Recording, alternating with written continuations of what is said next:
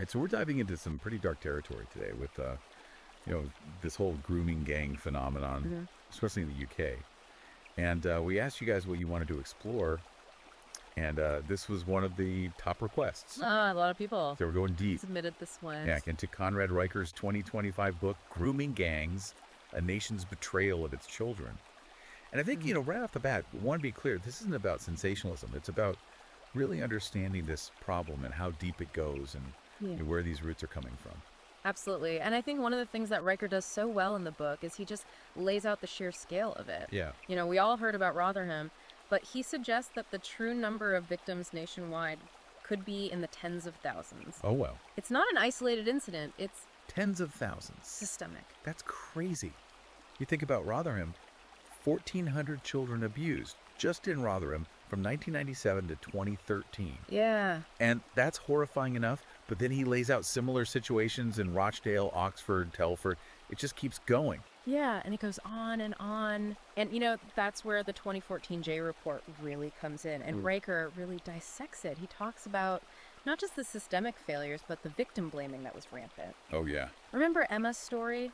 12 years old, abused in Rotherham, but the authorities just labeled her a troublemaker. I remember that. Yeah. And it makes you wonder how many Emmas are out there, just completely dismissed and unheard. Yeah. And I think one thing that really got me when I was reading this was just how sophisticated these gangs were operating. Oh, yeah. It's not just, physical abuse. Yeah. It goes way beyond that. It's methodical. They prey on vulnerable individuals. Yeah. Often, girls from broken homes or girls lacking support systems. Right. Then comes the love bombing, the showering with gifts and affection, making the victim feel special. Right. And really isolating them from their real support network. It's so insidious. It's like creating this dependency, this warped sense of reality. Exactly. Where the abuse becomes normalized. Exactly. The abuse just becomes normal. It's all they know. Wow. And of course, drugs and alcohol often involved in this, Oh, of course. just to further break down any kind of resistance they might have. And so then these victims are just completely trapped. They're believing that this is all they deserve. Absolutely. And Riker goes into detail about the institutional failures Yeah. that allowed this to go on. He doesn't hold back. He calls out the police, social services, schools, even the healthcare system. It's like everyone was looking the other way. It really is. And one of the key factors that Riker highlights is this fear of accusations of racism Oh, yeah. that paralyzed a lot of these institutions, particularly the police. Especially the police, yeah. There was this one case in Rotherham where a 14-year-old girl reports abuse, and the police tell her it's a lifestyle choice. Wow. Can you imagine that? It's unbelievable. And it wasn't just the police. It was social services, schools, like you said, even healthcare, where victims were being ignored or blamed. It's a total systemic breakdown. Yeah. It really is. Yeah. And one thing that is so frustrating that he highlights is just a lack of coordination between all these different agencies. Absolutely. Like the right hand doesn't know what the left hand is doing. Yeah, the information's not being shared. Opportunities to intervene are missed. Missed opportunities. Yeah. It's tragic. This one part of the book where he highlights this case in Telford, Yeah. where victim's counselor tells her to just move on. Yeah. Imagine the lack of understanding there. The dismissal of this girl's trauma. Absolutely. It's infuriating. And Riker argues that, part of this stems from these bureaucratic inefficiencies Yeah. that plague these institutions: understaffing, lack of training, Complacency. all of that played a role. Yeah, it all plays a role. Yeah. And what you're left with is a sense that these girls were just completely vulnerable, Totally. let down by the very people who should have been protecting them. Yeah, it's really tough to read. It is. And in the next part, we're going to kind of dig deeper into some of the cultural factors here. Yeah, And the long-term impact on these victims. It's heavy stuff, it is. but it's crucial to understand. Yeah, absolutely crucial to understand the full picture. How's We that? can't just scratch the surface here. Absolutely. We gotta dive deep. You got to dive deep. All right, we'll be back in a minute with part 2. It's tough to even imagine the impact this has on these girls. Right. The victims, it goes so much deeper than just, the physical and sexual abuse. Oh, absolutely. The psychological trauma. It's immense. Riker talks about high rates of PTSD, depression, anxiety, Yeah, tragically, even suicidal ideation absolutely. among survivors. And, it's interesting because he points out how a lot of these girls Yeah.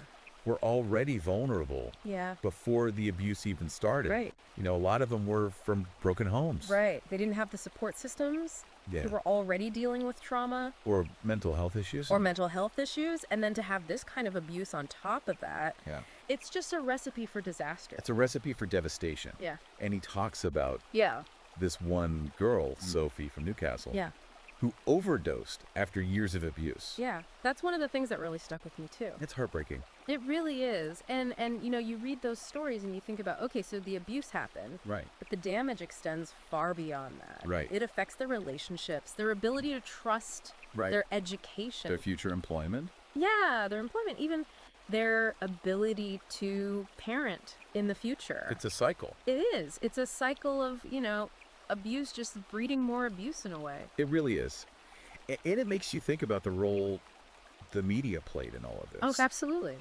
Riker points out how initially the media completely failed Yeah. to report on these grooming gangs. They didn't want to touch it. It's almost like Yeah. they were deliberately suppressing these stories. Like Yeah. it's too uncomfortable to even acknowledge. Exactly. And what does that do to the victims? It makes them feel invisible. Right. Like their stories don't matter. Exactly. And it allowed this abuse to continue for years. Unchecked. Unchecked. Yeah. And I think there was this fear, of covering these stories. Right. Especially when it came to, the perpetrators being from, certain ethnic or religious backgrounds. Right. It's like political correctness trumped, the safety and well-being of these children. It's like they were afraid to offend Exactly. certain groups. Yeah. And those kids were just left out to dry. And those kids were left to fend for themselves. Yeah. And I will say that Riker does acknowledge that investigative journalism ultimately played a huge role Absolutely. in exposing the truth. Oh, yeah. He highlights those brave journalists who actually broke the silence. Yes, heroes. The real heroes here. Yeah. And they pushed for accountability. Right. And they helped bring these crimes into the light. Finally into the light, yeah. And it's a reminder that the media can be a powerful force Oh, absolutely. for both good and bad. A double-edged sword, right? Yeah. And it just underscores the need for responsible reporting.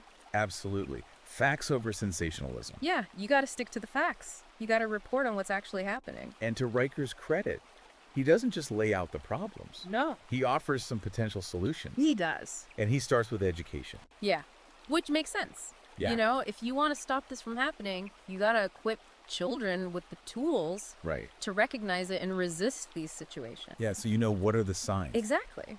What are the signs? How can you resist? Right. And he's a huge advocate for comprehensive sex education Yep. that actually addresses grooming. Uh-huh. Not just, the basics, Yeah. but, going into online safety, Right. healthy relationships, consent, Right. all the red flags All the red flags of manipulation. of manipulation. Yeah. It's about empowering kids to understand their rights, Right. to feel confident speaking up Absolute if something doesn't feel right. Yes, if something feels off.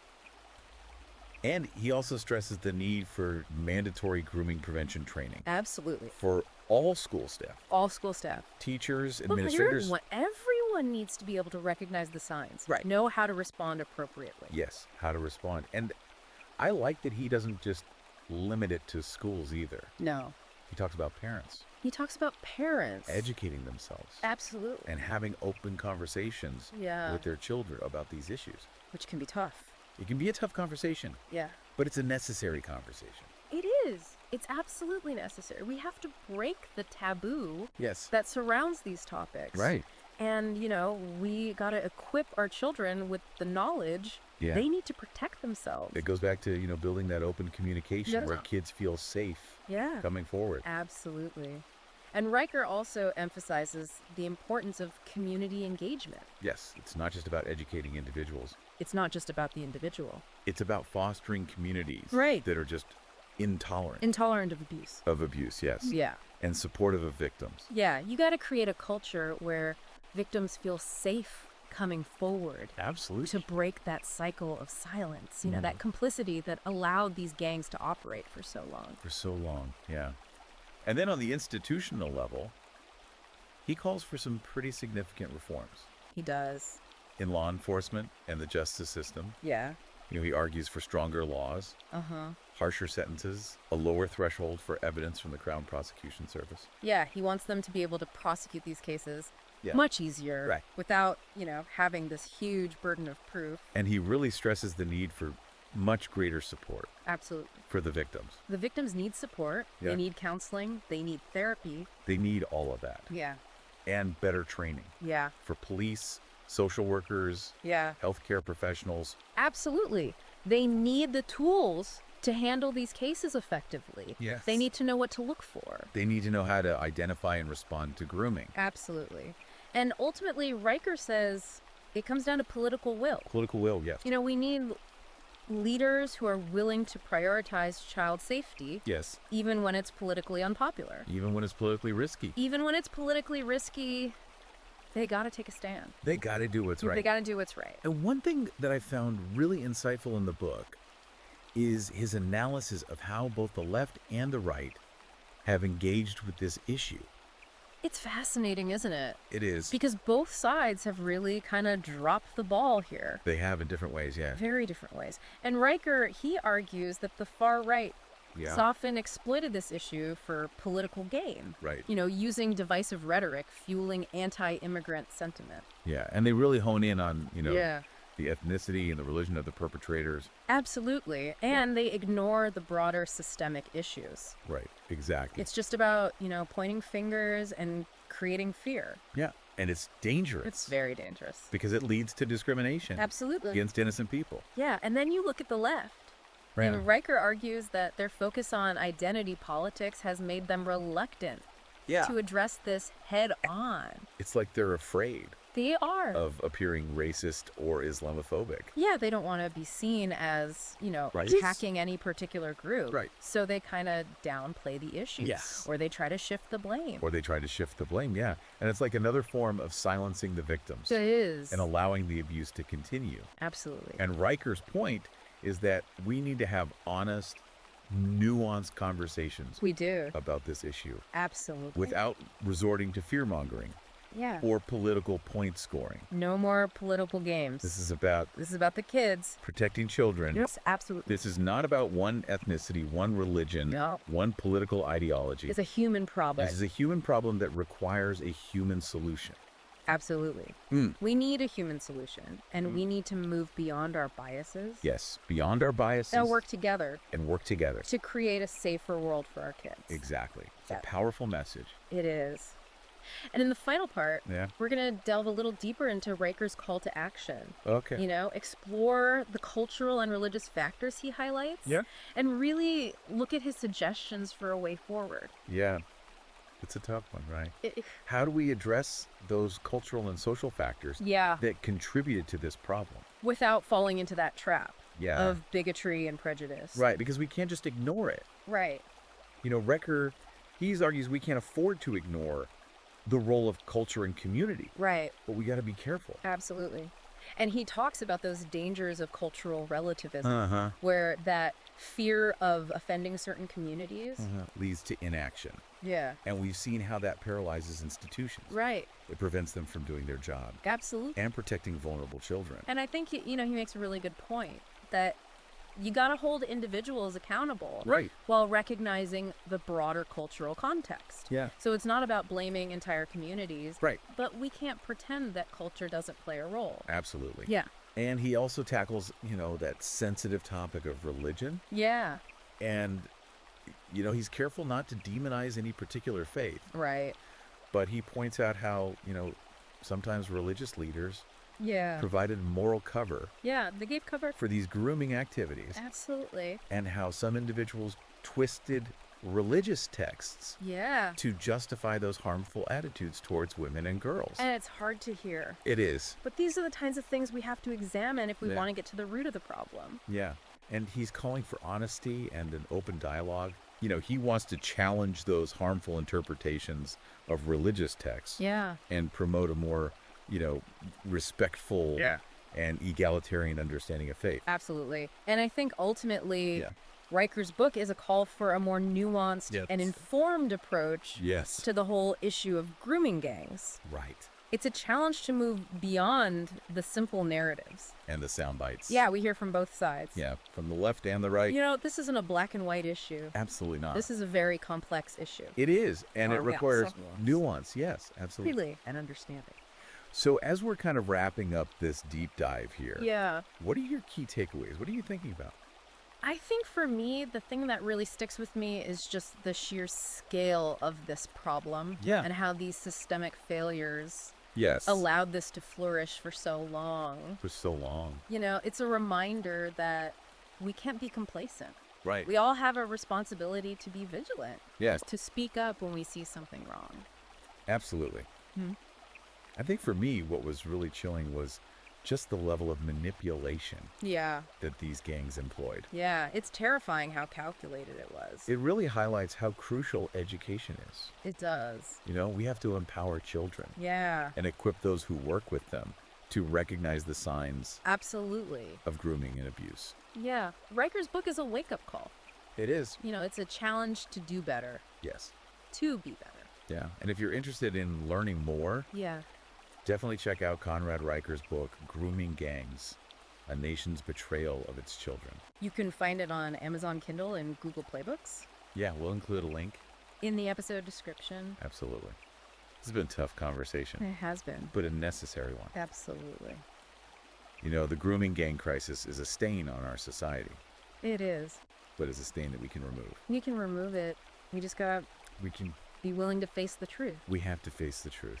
We gotta learn from the past and work together Yeah. to create a safer future for all children. Yes, it's a long road ahead, It is a long road. but we cannot afford to give up. No. The stakes are simply too high. They are. Thanks for joining us. Thanks for joining us on this deep dive, Keep learning, keep questioning and keep fighting for what's right. for what's right. Absolutely.